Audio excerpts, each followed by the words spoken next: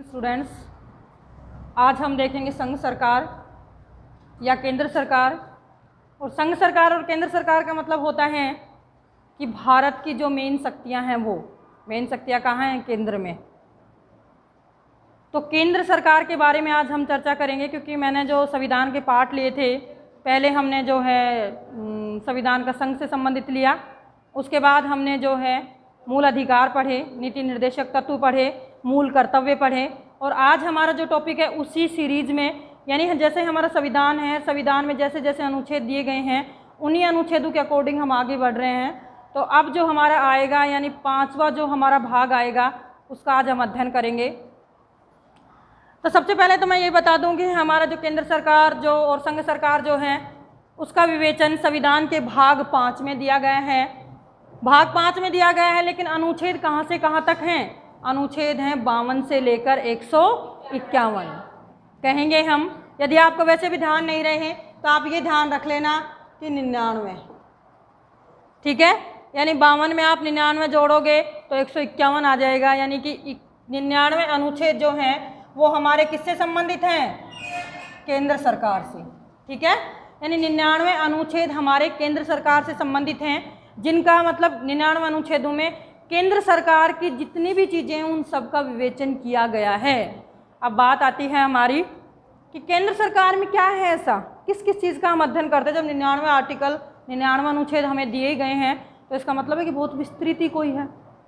तो क्या क्या चीज़ है? जब केंद्र सरकार का नाम आते के साथ आपके दिमाग में ये डायग्राम होना चाहिए कि केंद्र सरकार में ये चीज़ें आती हैं। तो हम अध्ययन करते हैं कि केंद्र सरकार में क्या क्या आएगा।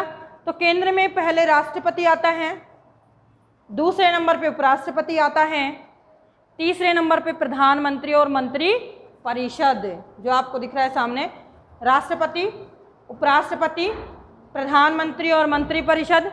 क्योंकि प्रधानमंत्री का वैसे अलग से कोई व्यक्तित्व नहीं है, प्रधानमंत्री तो लोकसभा में बहुमत दल का नेता होता है केवल। जब लोकसभा में बहुमत दल का नेता, यानी कि लोकसभा जब होती है, हमारा मंत्री परिषद जो होता है उसमें एक नेता की ज़रूरत होती है, और उस नेता के रूप में प्रधानमंत्री को चुन लिया जाता है। उसका अलग से कोई ऐसा नहीं है, क्योंकि वेतन भी उसका अलग से नहीं है कि हमारे संचित निधि में से दिया जाता है और कहीं से व्यवस्था करी जाती है, नहीं। जो वेतन इनको मिलते हैं उसी तरह का वेतन इसको मिलता है, सारी व्यवस्था इसी तरह की है। उसके बाद जो आता है, यानी अगली कड़ी जो हमारी आती है, राष्ट्रपति, उपराष्ट्रपति, प्रधानमंत्री, मंत्री परिषद। 4 चीज़ें तो आपको याद रहती है हमेशा। उसके बाद अगली जो आती है वो आती है महान्यायवादी। और इस महान्यायवादी का अर्थ होता है कि ये भारत का पहला प्रथम विधिक सलाहकार कहलाता है। यानी विधि की जो सलाह देता है तो ये प्रथम विधिक सलाहकार कहा जाता है। जैसे राष्ट्रपति को भारत का प्रथम नागरिक कहा जाता है, राष्ट्रपति को क्या कहते हैं हम? भारत का प्रथम नागरिक। उसी तरह से इसको भी भारत का प्रथम विधिक सलाहकार कहा जाता है, कानूनी सलाहकार इसको कहा जाता है। तो आपको ध्यान रखना है, महान्यायवादी जब भी आए तो आपको तुरंत दिमाग में ये आ जाना चाहिए कि महान्यायवादी का अर्थ होता है कि भारत का प्रथम विधिक सलाहकार, कानूनी सलाहकार। और क्वेश्चन भी आपसे यही पूछा जाता है, महान्यायवादी है, ऑप्शन उसमें होंगे, तो आपको तुरंत देना है कि ये प्रथम क्या होता है? ये प्रथम कानूनी सलाहकार। अब ये सारी चीज़ें जो हैं बेटा, मैं जब इनको करवाऊंगी आपको महान्यायवादी में अलग से पढ़ाऊंगी, कौन इसकी नियुक्ति करता है, कितना इसका कार्यकाल होता है, कैसे इसको हटाया जाता है, क्या इसके कार्य होते हैं। तो ये सारी चीज़ें जो हैं हम इस टॉपिक पे चर्चा करेंगे अलग से, तो आप ज़्यादा उसमें फोकस ना करें। मैं सिर्फ एक है कि केंद्र सरकार में हम किस किस का अध्ययन करेंगे, आज वो डायग्राम है ये। उसके बाद क्या आता है? महान्यायवादी के बाद आता है कि हमारी सरकार के कुछ कार्य होते हैं, यानी प्रधानमंत्री और मंत्री परिषद जो है कुछ कार्य करती है। क्या है? 77 में तो ऐसा है कि जब कोई भी कार्य मंत्री परिषद और प्रधानमंत्री करता है तो उसकी सूचना राष्ट्रपति को देते हैं, पहला। और दूसरा क्या है? इसका दूसरा कार्य क्या है? मैंने 2 अनुच्छेद लिखे 78 में। इसका मतलब ये है कि किसी भी विषय के बारे में जब कोई चर्चा चल रही हो सदन में, उस विषय के बारे में राष्ट्रपति इनसे सूचना मांग सकता है। पहले में तो क्या कुछ स्वयं देंगे, प्रधानमंत्री स्वयं देगा राष्ट्रपति को, और दूसरे में क्या है, 78 में क्या है कि राष्ट्रपति स्वयं मांग सकता है कि क्या चल रहा है सदन में, आप मुझे बताइए।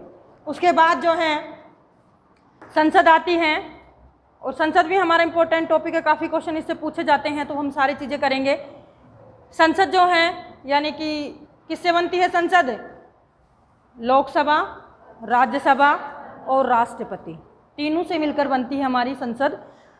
उसके बाद आता है लोकसभा हम पढ़ेंगे, इसमें राज्यसभा पढ़ेंगे और राष्ट्रपति हम पहले पढ़ ही लेंगे तो पूरा हो जाएगा हमारा संसद।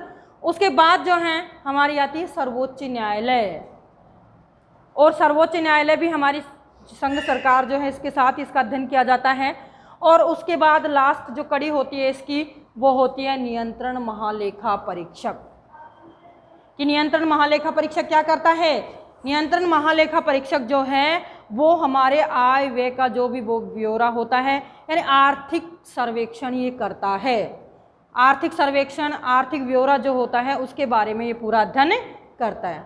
तो शायद से ये सारी चीज़ें आपके एक बार दिमाग में आ गई होंगी कि राष्ट्रपति, यदि हम संघ सरकार या केंद्र सरकार का, जैसे मैं किसी भी जगह पे आपका नाम लूँ तो संघ सरकार केंद्र सरकार का नाम लेते हैं आप, ये तुरंत दिमाग में आ जाना चाहिए कि राष्ट्रपति, उपराष्ट्रपति, प्रधानमंत्री, मंत्री परिषद, उसके बाद जो है महान्यायवादी, सरकार के कार्य, उसके बाद क्या आ जाएगी? संसद, सर्वोच्च न्यायालय, नियंत्रण महालेखा परीक्षक।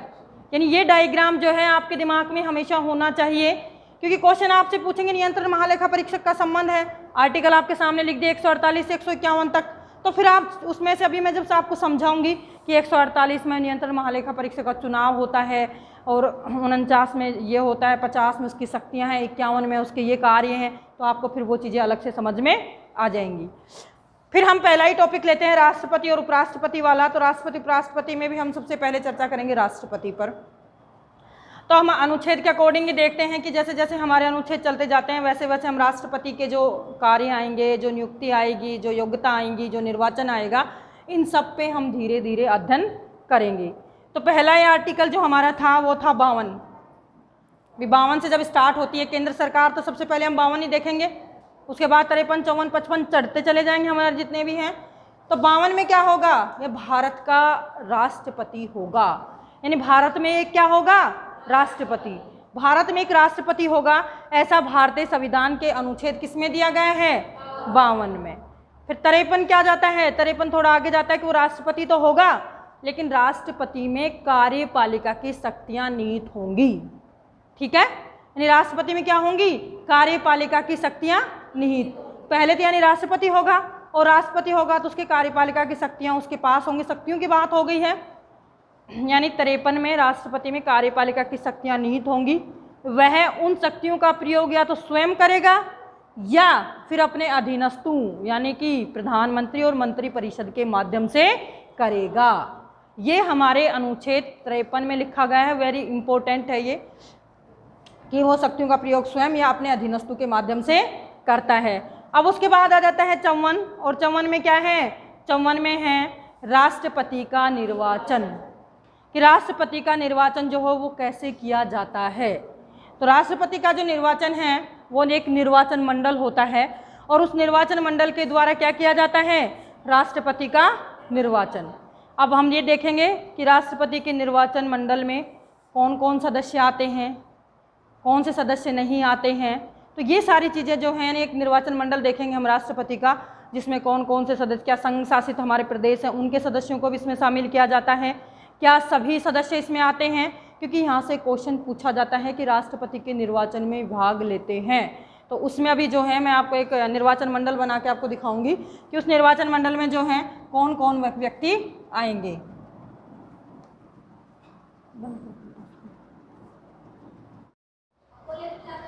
हाँ, तब आगे देखते हैं हम अनुच्छेद 54। अनुच्छेद 54 में क्या है? राष्ट्रपति का निर्वाचन, कि राष्ट्रपति का निर्वाचन कौन करता है? तो राष्ट्रपति का निर्वाचन करता है निर्वाचन मंडल। जब भी आपसे क्वेश्चन पूछा जाए कि राष्ट्रपति का निर्वाचन, तो आपको लिखना है जब भी उसमें टिक लगाना है निर्वाचन मंडल के द्वारा, क्योंकि उसमें आएगा लोकसभा के सदस्य करते हैं, राज्यसभा के सदस्य करते हैं, विधानसभा के सदस्य करते हैं निर्वाचन मंडल, तो निर्वाचन मंडल ही आपको आंसर देना है। उसके बाद उसमें आता है ऑप्शन आपके सामने आते हैं। एक चीज़ आपको बिल्कुल ध्यान रखना है कि राष्ट्रपति के निर्वाचन मंडल में केवल और केवल निर्वाचित सदस्य ही भाग लेते हैं। ठीक है, यानी निर्वाचित सदस्य जो हैं वो ही भाग लेंगे, मनोनीत सदस्य भाग नहीं लेंगे। अब निर्वाचित सदस्य यानी संसद में कौन कौन है? संसद में हैं लोकसभा और राज्यसभा, ठीक है, यानी लोकसभा और राज्यसभा के सदस्य जो निर्वाचित हैं वो। उसके अलावा जो है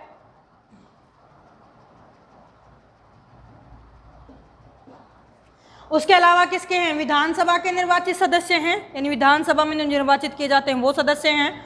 और उसके बाद जो है 2 संघ शासित प्रदेश हैं, दिल्ली और पांडिचेरी। दिल्ली और पांडिचेरी के सदस्यों को भी इसमें क्या कर दिया गया है? शामिल कर दिया गया है। इस तरह से निर्वाचन मंडल में संसद के सदस्य निर्वाचित सदस्य, विधानसभा के निर्वाचित सदस्य, और तीसरे नंबर पे जो आएंगे वो आएंगे दिल्ली और पांडिचेरी के निर्वाचित सदस्य। यानी ये सदस्य तो हो गए कि ये निर्वाचित करते हैं, लेकिन बाद में बात आती है कि निर्वाचन कैसे करते हैं। तो इसमें एक चीज़ और है कि कैसे होता है राष्ट्रपति का चुनाव। कोई भी व्यक्ति करता है तो कैसे होता है राष्ट्रपति का चुनाव? राष्ट्रपति का चुनाव होता है आनुपातिक प्रतिनिधित्व प्रणाली की एक पद्धति है, एकल संक्रमणीय मत पद्धति, ठीक है। आपको ध्यान रखना है कि राष्ट्रपति के निर्वाचन में कौन सी पद्धति प्रयोग करी गई है, तो वो है आनुपातिक प्रतिनिधित्व पद्धति की एकल संक्रमणीय मत पद्धति। जब आनुपातिक का मतलब क्या होता है कि जो भी जितने कैंडिडेट खड़े होते हैं, चाहे 5 हो राष्ट्रपति पद के लिए, चाहे 7 हो, उन 5 या 7 का नाम एक पेपर में होता है और उस पेपर में प्रत्येक व्यक्ति को एकल संक्रमणीय यानी एक ही वोट देने का अधिकार होता है। ये जो निर्वाचित सदस्य हैं ये राष्ट्रपति के चुनाव में भाग लेंगे, और भाग लेंगे तो क्या वोट देंगे? वोट देंगे तो सभी को एक ही वोट देने का अधिकार है। ये नहीं है कि जितने व्यक्ति हैं उतना ही वो वोट दे दे। उनके सामने क्या होता है, एक बैलेट पेपर आएगा जैसे मैंने यहाँ पे बनाया है, उसमें क्या एक साइड में तो क्या होगा, जो खड़े हुए हैं कैंडिडेट वो हैं, और दूसरी साइड में क्या MP MLA होंगे जो उनको वोट देंगे। और वो क्या करते हैं, उनमें फिर आपको क्या है, अनुपात रूप में अपनी पसंद व्यक्त करनी होती है। यानी एक वोट देना है आपको, लेकिन उस एक वोट में अपनी पसंद व्यक्त करनी होती है। 2 पसंद तो आप 5 व्यक्ति होंगे तो 5 ही करोगे, किसी को 1 नंबर पे, किसी को 2 नंबर पे, किसी को 3 नंबर पे, किसी को 4 पे, किसी को 5 पे। तो देने सभी को है वोट आपको, ऐसे नहीं कि नहीं देना, लेकिन मत पत्र जो होता है आपके सामने, उस मत पत्र में आपको सिर्फ पसंद व्यक्त करनी होती है, नहीं कि अलग अलग मत देने होते हैं, ठीक है। तो ऐसे नहीं है कि मान लो 5 व्यक्ति हैं तो एक व्यक्ति को 5 ही वोट देने का अधिकार होगा, नहीं, 5 को वोट देने का अधिकार होगा। ऐसा लिखा आ सकता है कि 5 व्यक्तियों को वोट देने का अधिकार होगा, लेकिन मत पत्र एक होगा, उसमें उसे अपनी पसंद व्यक्त करनी होगी। इसके लिए क्या होता है कि जब कोई भी राष्ट्रपति पद के लिए व्यक्ति निर्वाचित होता है तो उसे निर्वाचन के लिए एक निश्चित कोटा प्राप्त करना होता है। अब निश्चित कोटा क्या है, एक हेयर थे जिन्होंने निश्चित कोटा का सूत्र दिया था कि वैध मतों की संख्या बटा निर्वाचित होने वाले सदस्यों की संख्या। अब इसमें यानी कि वैध मत कितने हैं और साथ में निर्वाचित होने वाले व्यक्ति कितने हैं, उनकी संख्या के आधार पर एक निश्चित कोटा निकाल दिया जाता था। लेकिन वर्तमान में इस पद्धति को जो है हेयर पद्धति को बदल दिया गया है। अब उसकी जगह क्या है, वैध मतों की संख्या बटा निर्वाचित होने वाले सदस्यों की संख्या +1+1। इससे क्या होता है, एक निश्चित कोटा निकाल दिया जाता है, और जिस व्यक्ति को निश्चित कोटा प्राप्त हो जाता है उसे राष्ट्रपति नियुक्त कर दिया जाता है। यदि निश्चित कोटा प्राप्त नहीं होता है किसी व्यक्ति को तो फिर क्या होता है कि दूसरे व्यक्ति को, दूसरे नंबर के को देखते हैं, क्या उसको निश्चित कोटा हुआ, दूसरे को नहीं होता फिर तीसरे को देखते हैं। तो इस तरह से क्रम चलता रहता है कि जिसको निश्चित कोटा प्राप्त होगा राष्ट्रपति पद पे उसी को नियुक्त किया जाएगा। यदि किसी व्यक्ति को निश्चित कोटा प्राप्त नहीं होता है तो उसको किसी भी हाल में राष्ट्रपति नियुक्त नहीं किया जाता। ऐसा नहीं कि किसी व्यक्ति को सर्वाधिक वोट मिल गए और उसको हम राष्ट्रपति नियुक्त कर देंगे, नहीं। मान लीजिए किसी ना किसी को तो एक वोट एक्स्ट्रा मिलेगा, एक उसको हम नहीं कर सकते। निश्चित कोटा कि हमें यार 100 मत चाहिए तो 100 मत चाहिए, हमें 100 मत होगा तो ही वो निर्वाचित घोषित होगा। यदि 100 मत उसके नहीं हैं और 99 मत है, वो सबसे ज़्यादा मत प्राप्त कर रहा है, यानी एक जने के 99 आ गए, दूसरे के 97 आ गए, एक के 96 आ गए, तो भी हम 99 वाले को राष्ट्रपति घोषित नहीं कर सकते। क्यों? क्योंकि उसके पास निश्चित कोटा नहीं है, ठीक है। यानी निश्चित कोटा प्राप्त करना राष्ट्रपति पद के लिए क्या होता है, आवश्यक होता है। तो निश्चित कोटा जो है वो प्राप्त करता है, और वो किस पद्धति से होती है, आनुपातिक प्रतिनिधित्व की एकल संक्रमणीय मत पद्धति, यानी एक अनुपात में आपको एक वोट देना होता है, एक बैलेट पेपर में सबके सामने पसंद व्यक्त करनी होती है। ठीक है, तो आगे जो है करेंगे कि प्रत्येक जो एमपी है, एमएलए हैं, उनके मतों को फिर निर्धारित कैसे किया जाए। भाई जैसे मान लो कि राजस्थान में है, राजस्थान में जो है एमएलए की संख्या 200 है, यदि हम यूपी में देखो तो 403 है, यदि हम असम सिक्किम इनमें देखें तो 5-5, 10-10 हैं, 15 हैं, 20 हैं, तो फिर इनके मतों को बराबर कैसे किया जाए। इसका मतलब तो ये हुआ कि यूपी वाले चुनाव हमेशा जो है राष्ट्रपति बना लेंगे अपना, होगा या नहीं होगा, भाई जिनके ज़्यादा होंगे वही बना लेंगे, पर ऐसा नहीं है। यूपी वाले के मत का भी उतना ही मूल्य होगा जितना कि राजस्थान, जितना कि सिक्किम, जितना कि असम, सब लोगों का, यानी प्रत्येक एमपी एमएलए के मत के मूल्य को निकाल लिया जाता है कि इसके मत का भार जो है इतना है। मान लीजिए एक व्यक्ति का भार 207 है, दूसरे का भार देख रहे हैं कि यूपी में ज़्यादा है, तो उसके मत का भार कितना होगा, उसका 13-14 हो जाएगा, बराबर आ गए ना, कि भाई वो वोट देगा तो उसके 107 वोट गिने जाएंगे, यूपी वाले के 17-18 गिने जाएंगे, तो फिर गिनेंगे तो बराबर आएगा ना, कि वही रेशो बैठेगा हमारा। तो यानी कि एक मत भार निकाला जाता है राष्ट्रपति को निर्वाचित करने के लिए, और मत भार के लिए भी यानी एमएलए के लिए और एमपी के लिए अलग अलग सूत्र दिए गए हैं कि एमएलए को कितना मत भार चाहिए, कैसे निकालते हैं हम, और एमपी के लिए कैसे निकालते हैं।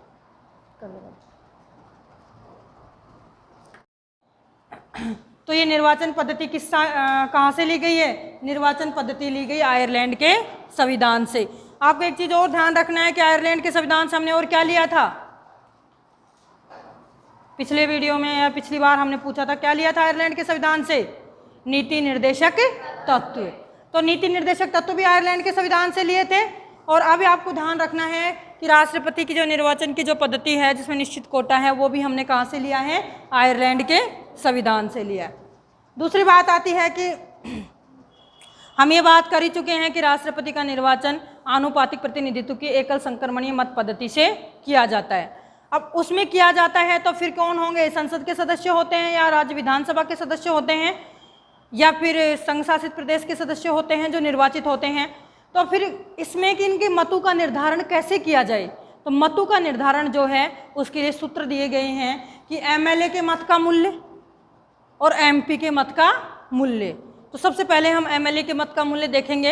एमएलए जो आप चुनते हो, जो हमारे यहाँ पे चुने जाते हैं, विधायक जिसको बोलते हैं हम, तो वो विधायक के मत का मूल्य कितना होगा राष्ट्रपति के चुनाव में, यानी उसके वोट या भागीदारी करने में कितना मत मूल्य होगा। तो इसमें है कि एक एमएलए के जो मत का मूल्य होता है वो कैसे निर्धारित किया जाता है, राज्य की जनसंख्या, कि उस राज्य में कितनी जनसंख्या है, साथ में क्या है कि निर्वाचित होने वाले एमएलएज की संख्या, कि वहाँ कितने एमएलए निर्वाचित होते हैं। सपोज राजस्थान में 200, जैसे राजस्थान की कुल जनसंख्या लिख देंगे हम, उसके बाद यहाँ पे एमएलए की संख्या लिख देंगे कि 200 है, और उसके बाद इनसे हम डिवाइड करके उसके बाद हम 1000 से इससे क्या कर देंगे, डिवाइड कर देंगे, तो वो हमारा मत मूल्य निकल आएगा। आप किसी का भी निकाल सकते हो ऐसे, चाहे किसी भी स्टेट का हो, राजस्थान का हो, चाहे यूपी का हो, चाहे बिहार का हो, किसी का भी कुल जनसंख्या होनी चाहिए, वहाँ कितने एमएलए हैं वो होना चाहिए, और 1000 से हम उसे भाग देंगे। उसके बाद जो आता है कि राष्ट्रपति का जो निर्वाचन है, वो निर्वाचन में क्या होता है, एक मत मूल्य निर्धारित किया जाता है। जैसे कोटा दे दिया निश्चित इतना जो है मत मूल्य एक व्यक्ति के, तो वो राष्ट्रपति के निर्वाचन में जो भाग लेने वाले एमएलएज होते हैं उनका जो मत के मूल्य का निर्धारण है, वो मत मूल्य निर्धारण 1971 की जनगणना के आधार पर निर्धारित किया गया है। ठीक है, जनगणना तो अपने 2001, 2011 काफ़ी हो चुकी हैं, लेकिन कहाँ का है ये है 1971। यानी अब तक राष्ट्रपति के निर्वाचन का जो आधार मांगना है मत मूल्य का, वो आधार क्या है, 1971 की जनगणना। उसके बाद क्या आता है, यानी यूपी जो है, यूपी में एमएलए का सर्वाधिक मत मूल्य है, क्योंकि वहाँ जनसंख्या ज़्यादा है तो उस हिसाब से मत मूल्य भी ज़्यादा होगा। तो क्या है मत मूल्य सर्वाधिक, आपसे पूछ सकते हैं कि निम्नलिखित में से कौन से राज्य के एमएलए की मत मूल्य सर्वाधिक है, भागीदारी सर्वाधिक है। तो आपको ध्यान रखना है कि यूपी में सर्वाधिक है 208 है और सिक्किम में सबसे कम है 7। और यदि राजस्थान की भी आप ध्यान में रखना चाहें तो राजस्थान के जो एमएलए होते हैं, एमएलए का मत मूल्य जो है 129, और यदि हरियाणा का भी आप देखना चाहें तो वो कितना है 112। तो 112, 129, 7 और 208 ये इनके क्या हैं, मत मूल्य हैं। अब आती है बात कि जो राष्ट्रपति, ये तो था हमारा किसका था, एमएलए का था। अब यदि हम यहाँ पे क्या करेंगे, एमपी होता है ना, तो अब क्या होगा, वहाँ तो राज्य की कुल जनसंख्या थी, लेकिन यहाँ क्या होगा, यहाँ होगा कि एमएलए को प्राप्त होने वाला कुल मत, जो एमएलए यहाँ थे उनको प्राप्त होगा, पूरे राज्य को तो अपने आप निकल जाएगा, फिर उनको प्राप्त होने वाले कुल मत बटा निर्वाचित होने वाले एमपीज की संख्या, और उसके बाद भाग उग हमें किसी का देना नहीं है इसमें। तो इसमें लिखेंगे हम कि भारत के समस्त एमएलएज के मत मूल्य का योग, वही बात आ गई, ये राज्य का था अब वो भारत का आ गया एमपी, तो इसमें लिख देंगे हम भारत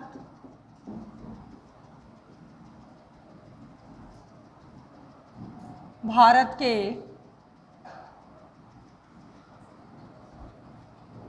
एमएलएज का कुल मत मूल्य, ठीक है, मत मूल्य का योग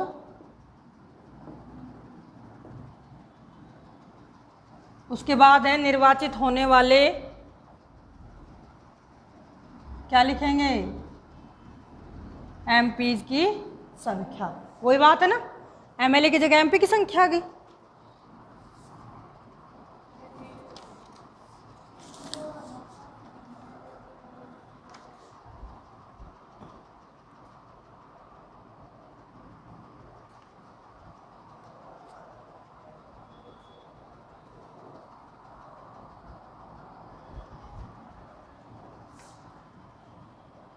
अब हम देखेंगे, अभी तक तो है मैंने एमएलए के मत का मूल्य देखा था, और अब हम देखेंगे एमपीज के मत का मूल्य, यानी कि एक सांसद के मत का मूल्य क्या होता है। जैसे एमएलए का हमने देखा, वैसे एमपी का भी होता है मत मूल्य। तो एमपी के मत मूल्य क्या होता है, तो भारत के जो एमएलए हैं उनको जो कुल मत प्राप्त होते हैं एमएलए को, तो उनका योग, यानी भारत के एमएलए के कुल मत का योग कि उनको कितना मत प्राप्त हुआ है, बटा में निर्वाचित होने वाले एमपीज की संख्या। तो क्या होगा, यानी जो आपके एमएलए हैं उनको प्राप्त होने वाले मतों का योग, और नीचे वही कि निर्वाचित होने वाले जो एमपीज हैं उन एमपीज की संख्या। इसमें 1000 + 1 + 2 इनका कोई लेना देना नहीं है। वो 1000 सिर्फ आता है किसमें, एमएलए के साथ आता है। 1 + 1 जो आता है वो आता है निश्चित कोटा में। उसके बाद जो आता है कि भारत में निर्वाचन के जो मत मूल्य हैं वो भी, यानी एमपीज के जो मत मूल्य हैं वो एमपीज के मत मूल्य भी 1971 की जनगणना के आधार पर ही लिए जाते हैं। उसके बाद आता है कि एमपीज का जो सर्वाधिक मत मूल्य है वो कहाँ पे है, सांसद का सर्वाधिक मत मूल्य, तो वो है एमपी में। एमपी में सांसद के मत का सर्वाधिक मूल्य होता है, वो कितना है, 708। उसके बाद आता है कि राष्ट्रपति जो का जब चुनाव होता है तो उस चुनाव के समय निर्वाचन अधिकारी कौन होता है, ठीक है। राष्ट्रपति का चुनाव जो होता है तो चुनाव करवाने के लिए अधिकारी कौन होता है, तो निर्वाचन आयोग के सदस्य तो होते नहीं ना, निर्वाचन आयोग के अध्यक्ष कोई होता है। तो राष्ट्रपति का जब चुनाव होता है उस चुनाव को करवाने के लिए कौन होता है, एक बार लोकसभा का महासचिव और एक बार राज्यसभा का महासचिव। इस तरह से मतलब एक रैंडमली चलता है, एक बार लोकसभा फिर राज्यसभा फिर लोकसभा फिर राज्यसभा, और होता कौन है, उसका महासचिव। तो लोकसभा और राज्यसभा के क्या करते हैं, महासचिव जब भी होता है, जैसे एक बार उसने करवा दिया, फिर 5 साल राज्यसभा ने करवा दिया, फिर लोकसभा ने करवा दिया, फिर राज्यसभा ने करवा दिया, तो और करवाता कौन है, इनके महासचिव। अब एक बात आती है कि राष्ट्रपति पद के लिए जो महिला उम्मीदवार थी तो कौन कौन थी, प्रतिभा पाटिल थी, लक्ष्मी सहगल थी। प्रतिभा पाटिल, लक्ष्मी सहगल और मनोहर होलकर, ये 3 लेडीज थी जिन्होंने क्या हुआ था कि राष्ट्रपति पद के लिए चुनाव लड़े थे, जिनमें से दोनों तो हार गई थी, लेकिन प्रतिभा पाटिल क्या थी, प्रतिभा पाटिल जो है वो राष्ट्रपति भी बनी, राज्यपाल भी बनी थी। तो ये दोनों ही पदों पर रही हैं, और जबकि लक्ष्मी सहगल और ये दोनों क्या थी, राष्ट्रपति पद से हार गई थी। तो ये था। उसके बाद यदि हम बात करें अनुच्छेद 56 की, तो अनुच्छेद 56 जो है उसमें आता है राष्ट्रपति का कार्यकाल। तो राष्ट्रपति का कार्यकाल कितना होता है, राष्ट्रपति का कार्यकाल होता है 5 वर्ष। अब बात आती है कि कौन से 5 वर्ष, कब 5 वर्ष। तो राष्ट्रपति का जो कार्यकाल है, यानी कार्यकाल की बात करें, अनुच्छेद भी आप देख लें कि 56 जो अनुच्छेद है उसमें क्या है, राष्ट्रपति का कार्यकाल, राष्ट्रपति का कार्यकाल। अब इस कार्यकाल कितना है, तो राष्ट्रपति का कार्यकाल होता है अपना पद ग्रहण करने से 5 वर्ष तक, पद ग्रहण करने से 5 वर्ष तक। क्योंकि आपसे यही पूछा जा सकता है कि राष्ट्रपति का कार्यकाल होता है, तो आप तुरंत बोल दोगे 5 वर्ष। तो 5 वर्ष कब से, चुनाव लड़ा जब से, संसद में आया जब से, या फिर वो खुद कैंडिडेट बना जब से, कब से 5 वर्ष। तो पद ग्रहण करने से 5 वर्ष तक, जिस दिन वो पद ग्रहण करता है उस दिन से 5 वर्ष तक क्या होता है, राष्ट्रपति चुनाव, जो राष्ट्रपति जो है वो अपने पद पर बना रहता है। उसके बाद जो है वो आता है राष्ट्रपति का पुनर्निर्वाचन, कि राष्ट्रपति जो है 57 है, अनुच्छेद 57 में क्या है कि राष्ट्रपति का पुनर्निर्वाचन, पुनर्निर्वाचन कर समझते हो क्या होता है, समझते हो? पुनर् का मतलब होता है निर्वाचित तो है, और वो निर्वाचित को क्या हम दोबारा से निर्वाचित कर सकते हैं, ठीक है।